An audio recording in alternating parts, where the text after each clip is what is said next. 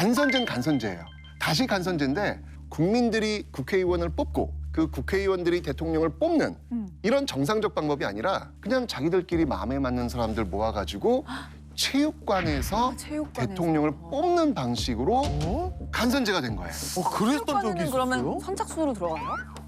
그러니까 자기들 지지하는 사람들 모아놓고 형식적으로 선거해놓고 박수치고 거의 뭐 대통령 당선율이 거의 99%라고 보시면 돼요. 네. 반대가 없는 그런 선거가 되는 것이죠. 그러면서 72년도에 체육관에서 대통령을 뽑았고요. 그다음이 78년도에도 대통령을 체육관에서 뽑아요. 계속 이어집니다. 79년도에서도 또 체육관에서 대통령을 뽑고요. 이때가 이제 최규하 대통령. 어디 체육관인가요? 몰랐어, 진짜. 근데 체육관 선거 말은 들었는데 그러니까. 저도 궁금해 어떤 체육관? 장충 그리고 체육관? 장충체육관. 네. 그다음에 80년도 체육관에서 또 대통령을 뽑아요. 이게 이제 또 이제 전두환 대통령. 다시 81년도에 또 체육관에서 왜 이렇게 대통령을 체육관을 많이 뽑아요. 썼어? 이렇게 체육관을 좋아했죠. 그러면 대통령이 되게 쉽잖아요. 그럼 그 사이에는 좀 더 비정상적인 면이 많았다는 거네요. 그렇죠. 계속해서 이렇게 비정상적 방법에 의해 가지고 국민이 직접 대통령 뽑는 게 아니라 그들이 원하는 사람끼리 모여서 대통령 뽑는 이런 방식이 일종의 진행돼요. 이제 절차적 요식행위로 체육관 선거를 활용을 한 거네요. 맞습니다. 그래서 계속해서 대통령을 체육관에서 뽑다가 네. 이제 87년도에 또 체육관에서 대통령을 뽑으려고 하는 그런 분위기가 벌어지게 되는 거예요. 근데 이때 이제 집권한 정부가 우리가 잘 알고 있는 제5공화국 전두환 정부 유명하지 않습니까? 드라마로 네. 봤죠. 네. 그런데 어마어마한 부정과 비리, 게다가 또 5.18 민주화 운동을 진압하면서 정통성 없음으로 굉장히 힘든 그런 정부가 바로 이 전두환 정부였거든요. 이 전두환 정부에 대해서 굉장히 많은 저항을 벌이고 있는 상황이었어요. 자, 그 벌이고 있는 상황 속에서 전두환 정부는 어떻게든 또 체육관에서 대통령을 뽑아가지고 다음 사람한테 넘기려고 하는 모습들, 계속 충돌이 벌어지고 있는 상황 속에서 큰 사건이 하나 벌어지게 됩니다. 그 사건이 뭐냐면 바로 박종철 고문 치사 사건이라는 거예요. 혹시 들어보셨나요?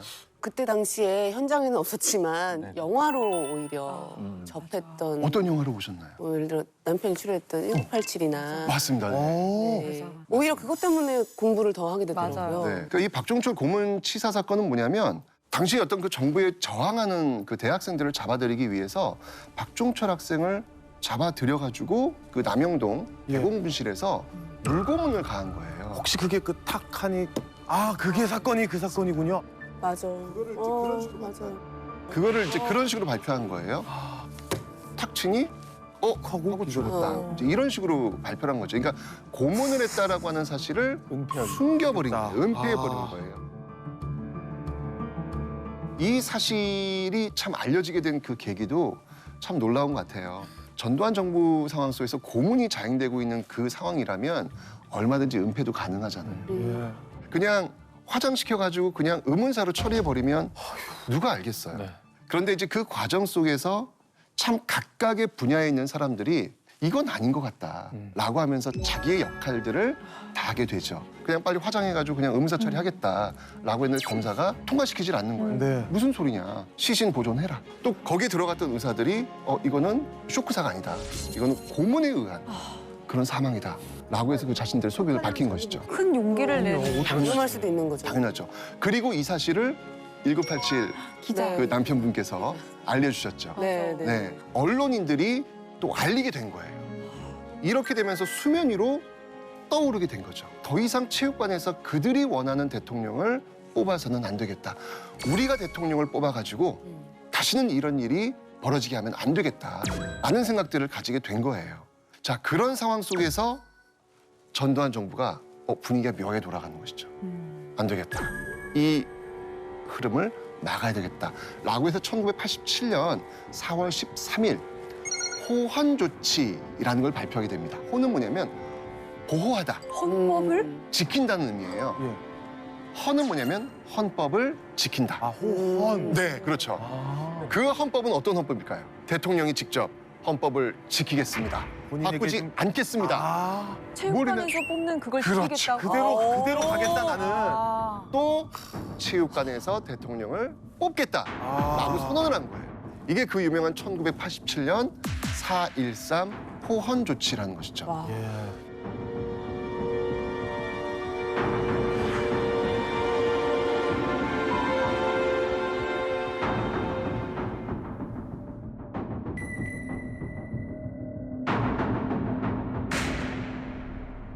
임기 중 재헌이 불가능하다고 판단하고 현행 헌법에 따라 부임자에게 정부를 이양할 것을 천명하는 바입니다.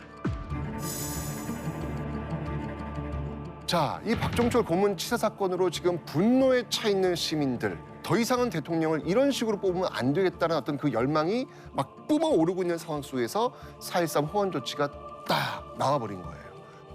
어떠시겠습니까? 분위기가. 이거는 뭐 진짜 어떤 뭐 압박이 있더라도 그거를 일단 뚫고 나갈 것 같아요. 제가 못 참을 것 같아요. 그렇죠. 예. 이러면서 이제 이 학생들부터 이 항쟁으로 나서게 되는 것이죠. 거리로 나서게 되는 것이죠.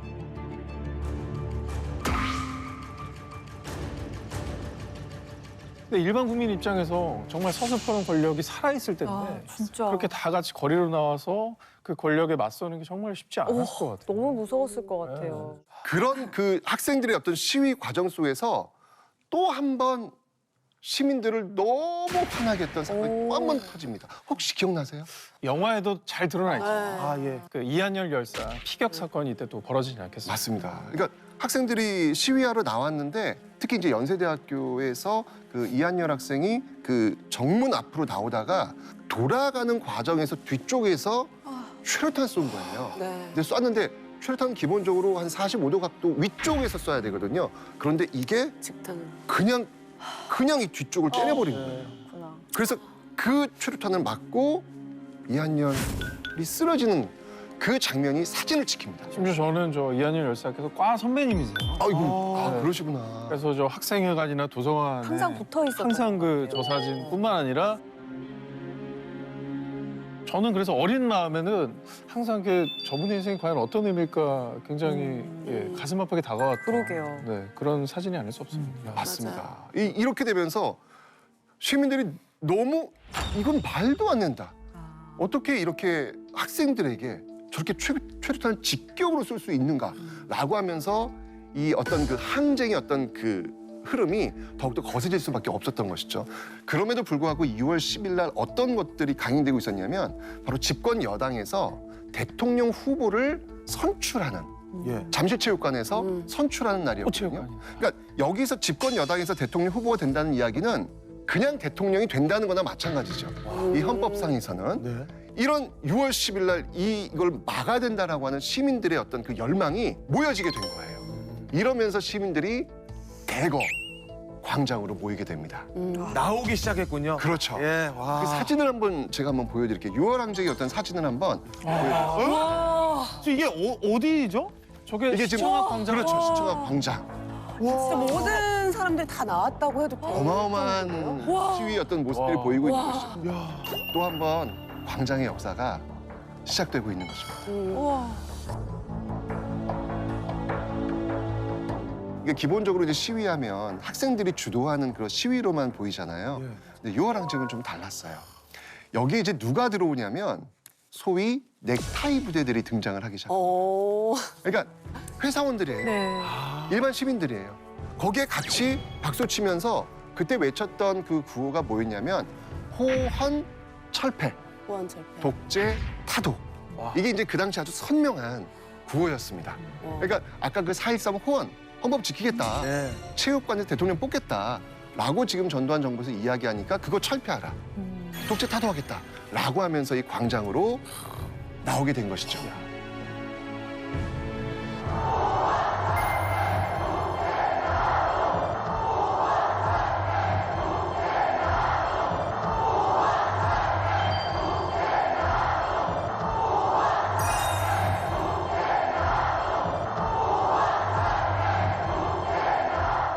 그 넥타이 부대가 이렇게 거리에 나왔는데 나오지 못하시는 분들도 있잖아요. 그분들은 수도 있고. 건물 안에서 그 시위대를 향해서 두루마리 휴지를 던집니다. 오.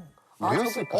너무 벌써 그냥 왜? 딱 느낌이 확 와가지고 좀. 왜 근데 던진 거지? 혹시 뭐 최루탄 가스나 이런 거에 약간 젖은 뭐 수건이나 이런 게 좀 도움이 될까? 아, 그런가? 그래서 좀 도움을 주시려고. 왜 그러는 던진 건가요? 거지?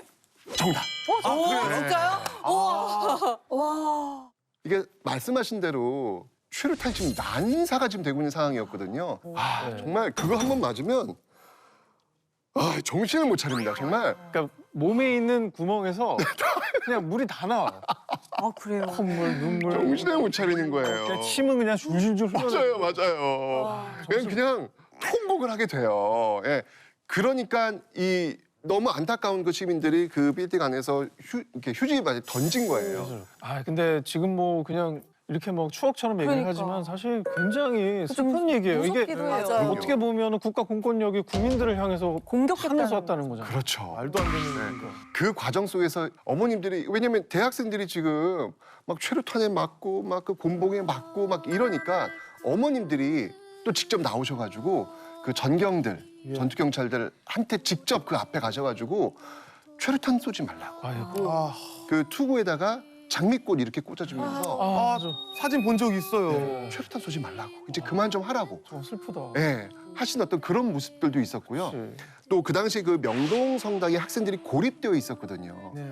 먹을 수 있는 기반이 왜냐면 경찰들이 완벽히 봉쇄를 하고 있는 상황이었기 때문에 먹을 수 있는 어떤 상황이 어려워질 수 있잖아요. 근데 그때 그 담벼락 옆에 학교가 있었어요. 여고가 있었거든요. 그 여고생들이 도시락 그 당시 도시락이 있으니까 그 도시락을 담벼락 넘어 그 학생들한테 이거 드시라고 와, 주는 어떤 그런 장면들. 전 국민이 다 함께 한 마음. 그러니까. 완전 한 마음이네. 심지어는 그 택시 버스 기사님들이 오후 6시가 되면 태극기 하강식이 열리게 되거든요. 네. 그때를 기회로 경적을 동시에 울리는 거예요. 원래 경적 소리는 엄청난 소음이잖아요. 네. 그렇죠. 굉장히 시끄럽잖아요. 스트레스 받잖아요. 근데 어느 분의 증언에 의하면 이제까지 들었던 경적 소리 중 이렇게 감동적인 와. 경적 소리는 처음이었다. 그 모든 거리에서 네. 6시가 되었을 때 경적 소리가 울리는 거예요. 내가 할 수 있는 모든 것들은 다 해준다. 마음을 보내. 그렇죠. 나도 동참한다. 내가 할 수 있는 건 경적 소리 울리는 거 이걸로 내가 지지를 보낸다. 이런 모습들을 계속 보여주는 모습들이 있었죠. 근데 이런 모습들이 서울에서만 있었던 게 아니고요. 전국 각지로 계속해서 이 모습들이 흩어져 나갑니다.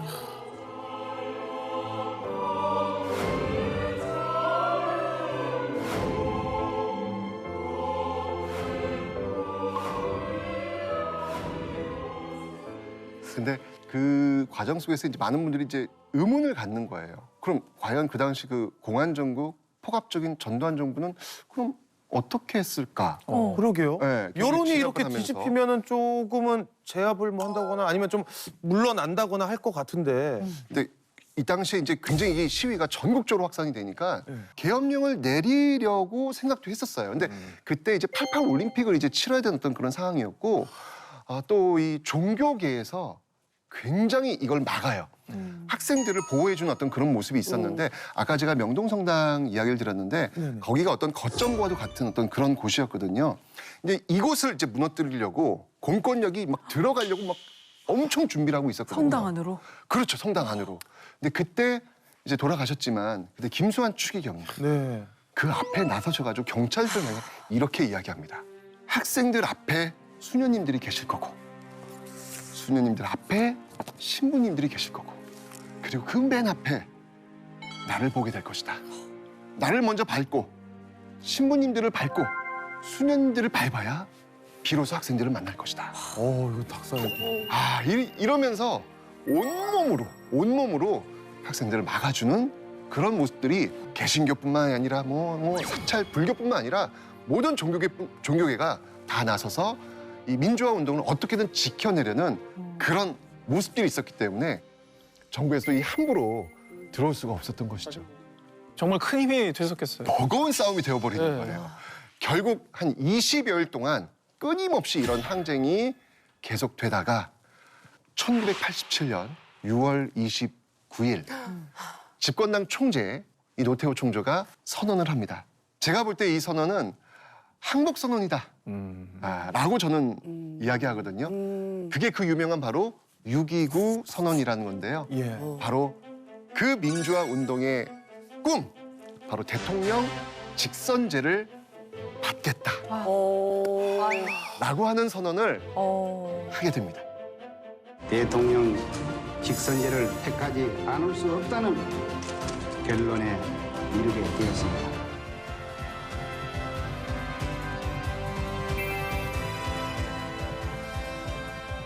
감동이다.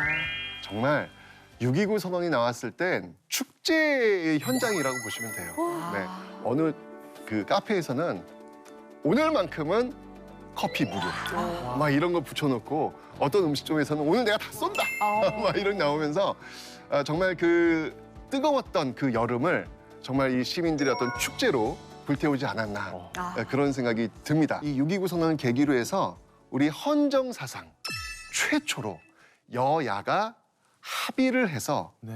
헌법을 드디어 바꿉니다. 87년에?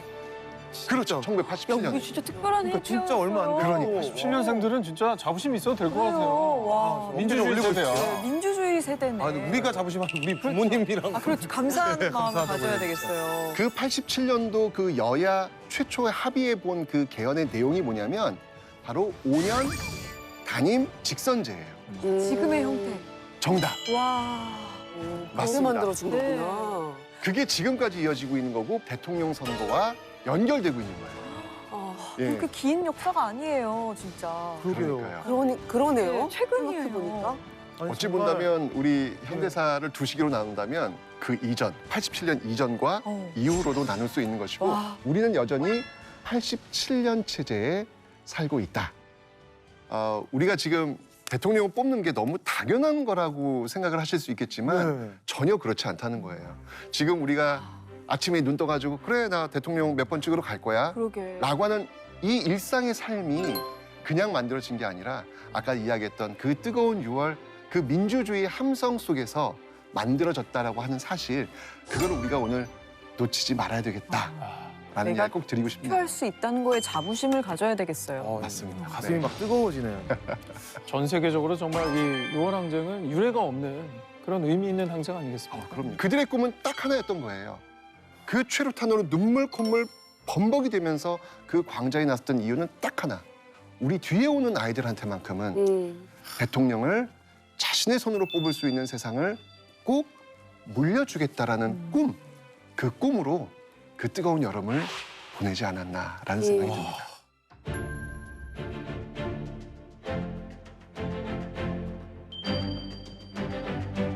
대통령 직선제를 택하지 않을 수 없다는 결론에 이르게 되었습니다.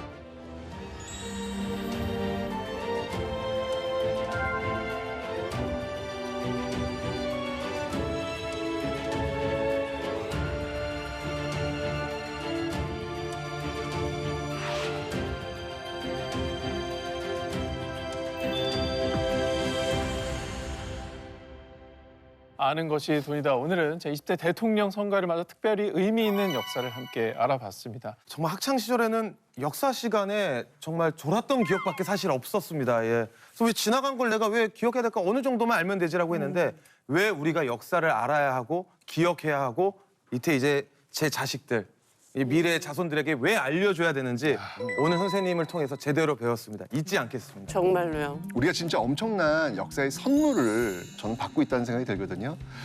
우리가 역사에 무임승차하면 안 되겠다라는 생각이 들어요. 이 선물을 우리가 정말 귀한 우리 다음 시대의 그 미래를 위해서 꼭 선거를 하는 것 이게 우리의 의무가 아닐까라는 생각이 듭니다.